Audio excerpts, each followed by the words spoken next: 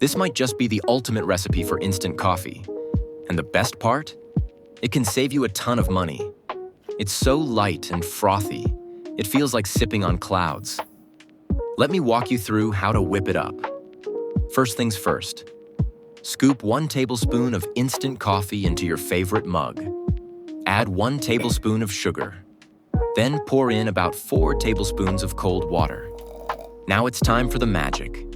Grab a handheld frother or a simple whisk and start whipping it all together. Keep going until the mixture turns into a thick, velvety foam. Think whipped cream texture. Next, pack your mug with ice cubes right up to the top. Add just a splash of cold water and then fill it to the brim with chilled milk. Personally, I love using oat milk. It gives it a creamy, nutty finish. This coffee is so easy, so delicious, and so satisfying. You have to give it a try. Thanks for watching. Don't forget to subscribe for more amazing recipes.